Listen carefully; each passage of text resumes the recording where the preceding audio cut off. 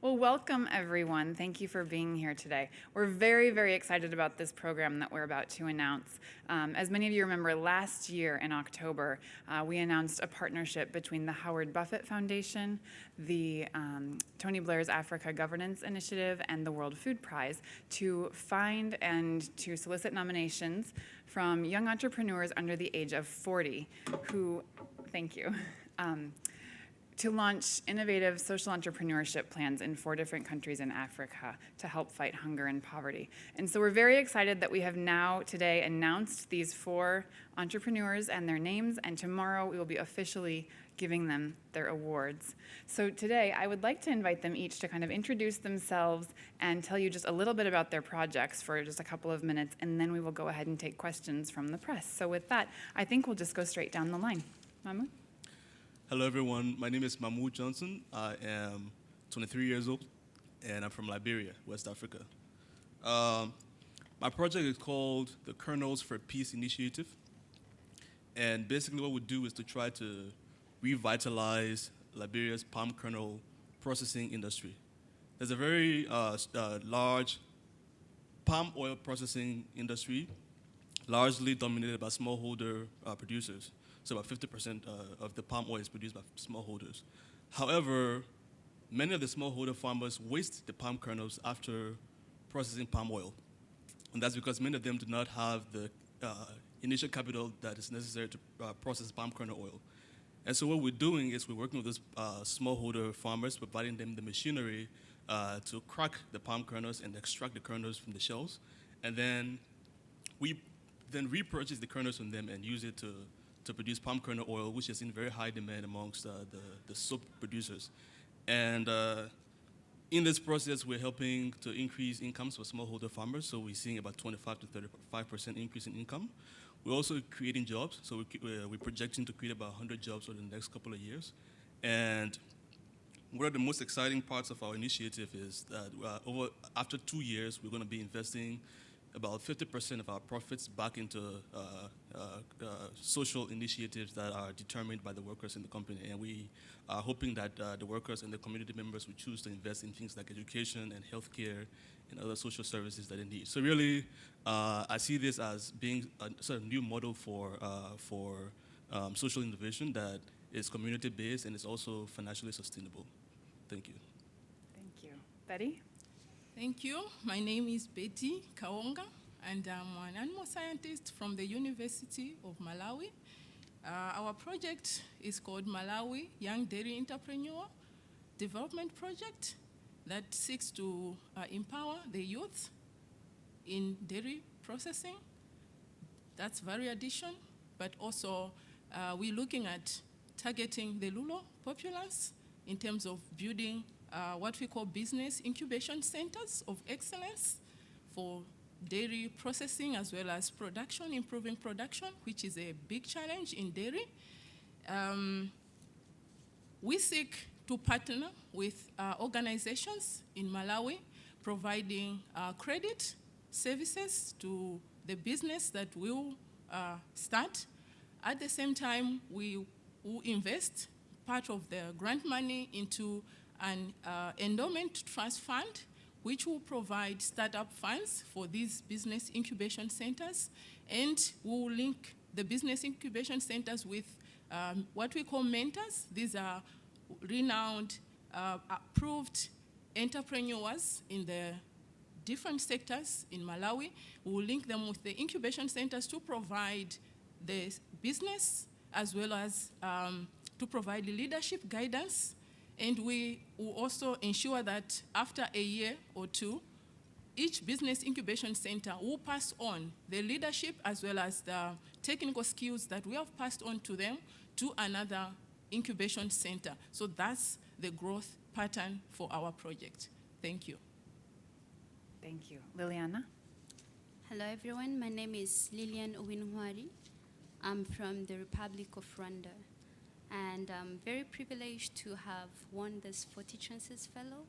And my project is about integrating ICTs in agriculture. I work with a firm that is called Mahui Limited. It's a firm it's a leading firm in Rwanda dealing with ICTs for agriculture. It seeks to actually integrate ICTs across all the value chain actors so that we facilitate information sharing between farmers, giving them access to markets, giving them access to financial services, as well as extension services. We've been working very closely with the Ministry of Agriculture. They've been very supportive, and we have about 10,000. We have about 10,000 farmers that are very interested in this project. But we have 3,000 farmers that we're supporting, and we have one of the largest microfinance in Rwanda, which is called Urwego Opportunity Bank, that actually facilitates loan for their farmers. And our growth plan is to be in 5 years, 3 to 5 years time, to be the largest data center in the whole of East Africa. And our information is shared to the farmers through mobile and web technologies, where farmers receive text messages, or we use USSD technologies, SMS, and also seek to integrate interactive voice response, whereby a farmer receives any information they need that can add value to their farming practices, so that we move from traditional farming to practice modern farming. And we believe this will be the next way of just doing a little to contribute to food security in Rwanda and the whole world. Thank you. My name is Emiliano Mrowe. I lived and work in Sierra Leone. I'm not Sierra Leonean. I'm originally from Argentina. And I'm the founder and the CEO of the West African Rice Company. And there is a company that we established in 2011 in Sierra Leone with the objective of supporting subsistence farmers. So we have already heard several times already in these conferences that in sub-Saharan Africa, and in particular in Sierra Leone, 7 out of 10 people are subsistence farmers. That means they basically depend on whatever they get out of their plots to feed their families. And their farming practices are so antique, to put it in some way, that the productivity of these farms is extremely low. Just to put it in context, a rice farmer in Sierra Leone is doing maybe 200, 300, 400 kilograms per hectare. The same rice, or a rice farmer in Argentina or in the US is doing 8,000 or 10,000 kilograms per hectare. So there is a massive productivity gap that basically means that these subsistence farmers are trapped in a vicious circle of poverty because they cannot increase their income, they cannot get out of that poverty cycle. So we aim at integrating these subsistence farmers into our productive model and actually seek to introduce sustainable and innovative agricultural practices, fostering a transfer of knowledge from more advanced agricultural context, mostly from Argentina and from Thailand. And in addition to that, and currently this is what we're gonna be introducing, thanks to the 40 Chances Fellowship as well, is a new crop in Sierra Leone that is soybeans. Soybeans are vastly spread in the US and they are vastly spread in my country, in Argentina. But in Sierra Leone, it's not done commercially at all. And there's no external constraint why this is not done, but it's simply because it has never been done before. And, you know, introducing a crop like soybeans enables many other industries like poultry and other protein-related industries, which we are hoping, and we are also channeling it, to increase and boost the consumption of protein in Sierra Leone that is chronically under healthy or recommendable levels. In addition, the company has, or from the company, we have also established an NGO, the Work Foundation, in which we construct and provide support to health center. We have built hygienic toilets as well in the community where open air defecation it's very common, having a very big toll in the community as well. And well, just to conclude as well, we are also seeking to increase value to commodity like crops, especially to rice. So we have launched the first formal rice brand in Sierra Leone called the Leon Rice, which is the first time a Sierra Leonean consumer can actually have a properly packed and actually a quality control rice product in the supermarket. Thank you. Do you have questions? Yes. Good work done by all of you. For the gentleman from Sierra Leone, how is this Ebola disease affecting your targets? Well, for me, the nature of the industry that I work in, from a sort of the price has increased for the palm kernel oil, and that's because, as I said, there's not a lot of domestic production. A lot of the oil that's used to make soap in Liberia, the palm kernel oil that's used to make soap in Liberia, is imported from Sierra Leone and Guinea. And because of Ebola, the borders have been closed. And so there's massive shortage of palm kernel oil in the market, which means that there is a strong need for us to invest in scaling up our operations, because we see ourselves not just as an oil company, we see ourselves as helping soap manufacturers to grow their own businesses. And if they don't have this key raw material, then they can't focus on doing that. And right now, many soap producers are going out of business just because they can't find palm kernel oil. So yeah, it's from a business standpoint, it has not significantly affected what we're doing. But I mean, maybe Emilio can talk about Sierra Leone. In our case, the impact has been very significant. I mean, first of all, the logistical and the supply chain is virtually collapsed in Sierra Leone. All the logistical services and infrastructure that is available in the country is right now focused and trying to contain the Ebola outbreak. That means that the normal systems that would be working to support the agricultural supply chain is today not working. That means that it makes the operational significantly harder and much more expensive, of course, or impossible in some cases. We have heard the minister as well, and it's well known that entire parts of the country in Sierra Leone are completely isolated. So only humanitarian workers are being able to go in and out those places. That means that in those particular areas, the agricultural activity can be completely paralyzed if nothing is properly done in the next year. We are especially worried about the fact that in April or May next year, the farming season, the main farming season, that is the rice farming season, starts, and it's from what 4 to 5 million Sierra Leoneans depend on their subsistence farms. And if these logistical systems and if the agricultural system continues to be collapsed, we're going to have a major food security issue in September, October next year, when those people are supposed to be having their food harvested. You know, right now there's a gap. There has been a lot of farms that stop production, but part of that gap has been covered by WFP and other development agencies. But the scale of that food security issue is going to be significantly higher next year if we do not seek to enhance or avoid the collapse of the productive system. I believe it's the same case, or it might be a similar case in Liberia as it is in Sierra Leone. Jeff? What are the sizes you're introducing? You said you're introducing soybeans to Sierra Leone. What are the sizes that you're of hectare? I mean, are you doing it on a small scale or a large scale, clusters? What's the idea in terms of working with? Well, in our perspective, the first case in this agricultural context is to make a proof of concept, to understand that the crop can actually be introduced and it can be profitable in order to as well attract other investors or other players to follow. So our first step is going to be 50 hectares. That's 120 acres approximately.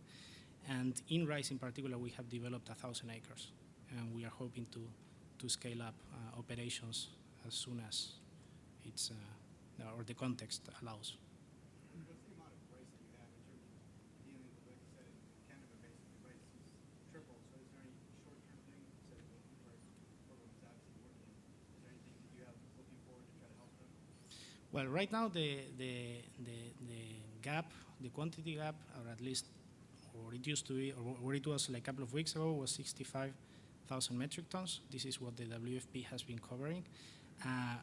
We believe that it can be a couple of 100,000 tons if it's not, if we do not do the efforts to enhance the productive system. What we are trying to do is to develop isolated productive units in order to avoid the issues of movement and try to mitigate the risk of a non-functioning supply chain. And hoping we will be able to introduce these systems potentially by Q1 next year. Alan? Betty, is the milk production right now in Malawi, is it predominantly goat or cattle? And is your plan to shift from traditional goat dairy production to cattle dairy production? And what would be the environmental footprint of cattle versus goat? Thank you very much for the question. Predominantly in Malawi, our milk comes from cattle, and these are Holsteins, Friesians, and Jerseys.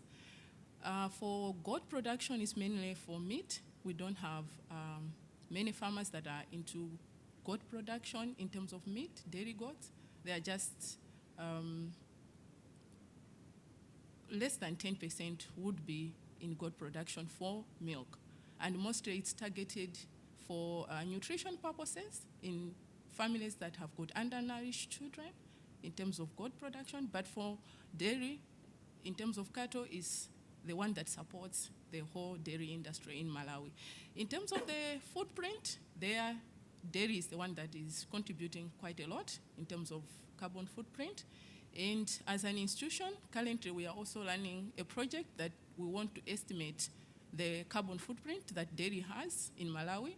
There's never been a project that has done that yet, and we are rolling out a project in 2 months' time at the University of Malawi to estimate what our dairy footprint is and look at solutions in terms of recommending breeds that will sustainably reduce the carbon footprint and also the feed systems. Thank you. Yes, question here. Yeah, hi, Dave Ramaswamy with Africa Agribusiness Magazine. I want to congratulate all of you for winning the 40 Chances Fellowship, and I wish you success.